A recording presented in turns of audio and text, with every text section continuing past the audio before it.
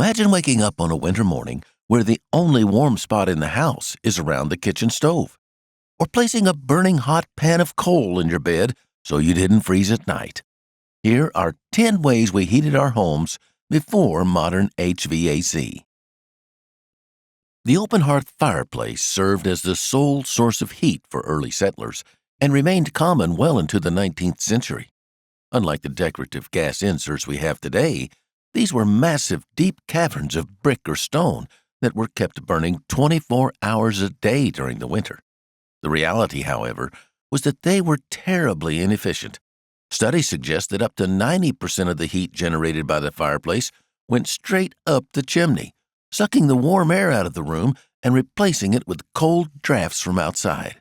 Families would huddle close to the fire in what was often called the keeping room, roasting their fronts, while their backs remained freezing.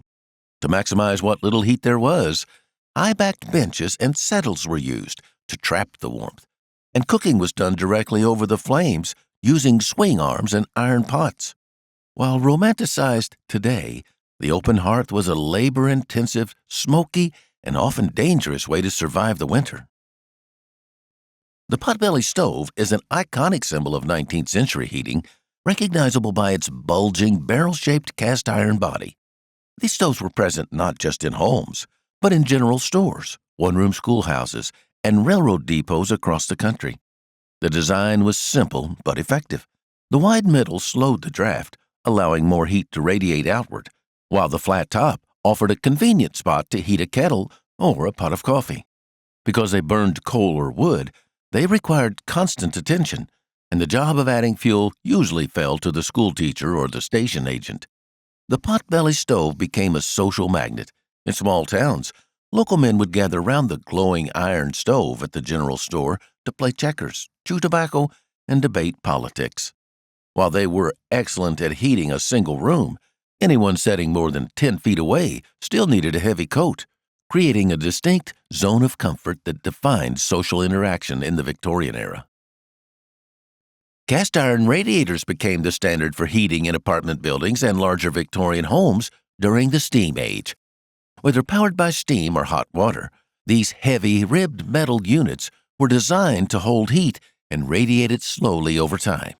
The sheer size of many old radiators was influenced by the Spanish flu pandemic of 1918. Health officials believed that fresh air was the cure for airborne viruses, so engineers oversized radiators so that windows could be kept open even in the dead of winter. This is why many pre-war apartments are sweltering hot today. The radiator provided a sensory experience unique to its era. The smell of dust burning off when the boiler first kicked on in October, as well as loud clanking and hissing of the steam valves. They were practically indestructible, which is why many are still in use a century later. Bed warmers and soapstones were essential survival tools for the era before bedrooms were heated. In most 18th and 19th century homes, the heat source was downstairs, meaning the upstairs bedrooms were often the same temperature as the outdoors. To avoid climbing into a freezing cold mattress, families used bed warmers, long-handled brass or copper pans filled with hot coals from the fireplace.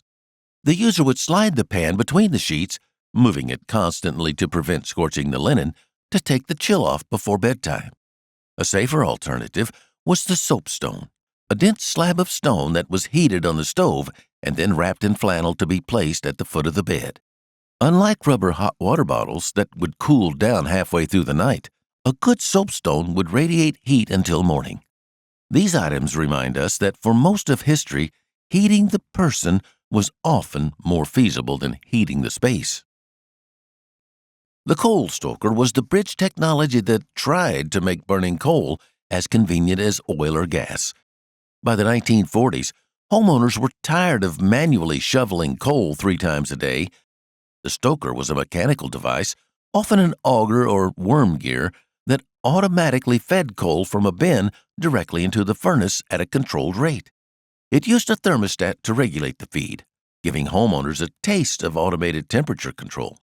While it eliminated the shoveling, it didn't eliminate the clinkers, the hard, stony residue of burnt coal that still had to be tongued out of the firebox manually. The stoker era also required the coal room, a dark, dusty corner of the basement with a chute window where the delivery truck would rattle thousands of pounds of coal down a metal slide. It was a noisy, dirty process that most people were happy to leave behind when natural gas pipelines finally reached their neighborhoods. The wood cookstove was the undisputed workhorse of the rural farmhouse from the late 1800s through the 1930s. While its primary purpose was preparing meals, this massive appliance, often made of cast iron and trimmed with gleaming nickel, was usually the only source of heat for the kitchen and adjacent rooms. These stoves were beasts to operate, requiring a precise knowledge of dampers and flue controls to maintain the right temperature while baking biscuits or roasting meat. In the winter, the kitchen became the center of family life simply because it was the warmest place to be. Children would do their homework on the kitchen table, and laundry would be dried on racks near the stove. Many models featured a reservoir on the side that kept gallons of hot water for washing dishes or bathing. However, the wood cookstove had no off switch in the summer, making the kitchen a sweltering inferno during July and August canning seasons. For many families in the mid-20th century, the biggest upgrade from the coal octopus was the conversion to oil. The oil furnace represented the height of modern convenience. No more shoveling coal or hauling out ashes. The heart of the system was the massive oval-shaped steel tank sitting in the corner of the basement, usually painted red or black. You knew winter was coming by the arrival of the oil delivery truck. The driver would drag a heavy hose across the snowy lawn to the fill pipe sticking out of the foundation, and you could hear the whistle of the vent pipe as the tank filled up. Inside, the furnace itself was a beast. When the thermostat clicked, the burner would ignite with a deep whoosh and a low rumble that vibrated through the floorboards. Distinctively, there was always that faint smell of No. 2 heating oil emanating from the basement, the scent of a warm house in the 1960s. In the Victorian and Edwardian eras, open floor plans were non-existent, and for good reason. It was impossible to heat a large open space. To manage heat, homes utilized portieres, heavy curtains made of velvet or brocade hung in the doorways between rooms, specifically between the entrance hall and the living parlor. Unlike standard window curtains, these were functional barriers designed to stop drafts. By closing the portieres, a family could trap the heat from the fireplace or stove in a single room, creating a smaller, warmer zone for the evening. While they fell out of fashion as central heating improved in the 1920s, they were an elegant solution to the physics of heat loss, turning the parlor into a cozy, fabric-lined sanctuary against the winter chill. The large floor register, or grate, deserves its own recognition as a specific cultural touchstone of mid-century living. In homes built between 1900 and 1950, there was often one massive central grate, usually located in the central hallway or the living room floor, directly above the basement furnace. Because the heat wasn't forced by a fan, but by gravity, it lazily drifted up through the grate. On cold mornings, family members would fight for prime real estate, standing directly on the hot metal grid to inflate their nightgowns or pajamas with warm air. It was the spot where the dogs slept and where kids dried out their snow-soaked socks. However, these grates also had a social consequence. They were acoustically transparent. Sound traveled through them as easily as heat, meaning children in upstairs bedrooms could often hear exactly what their parents were discussing in the living room below. As oil refining advanced in the late 19th and early 20th centuries, kerosene became a popular alternative to wood and coal.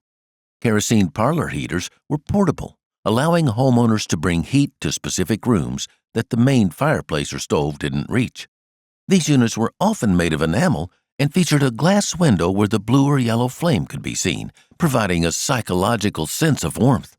They were particularly common in rural areas without electricity or easy access to coal delivery. While convenient, they came with distinct downsides. They required constant refilling from a smelly kerosene can, and the heaters themselves emitted a distinct, oily odor that permeated the furniture and clothing. Furthermore, they were a significant fire hazard if knocked over, and without proper ventilation, they could degrade indoor air quality. Despite the risks, they were a cheap and effective way to take the chill off a bathroom or bedroom before sleep. So, if you didn't have modern HVAC, how would you stay warm during the winter?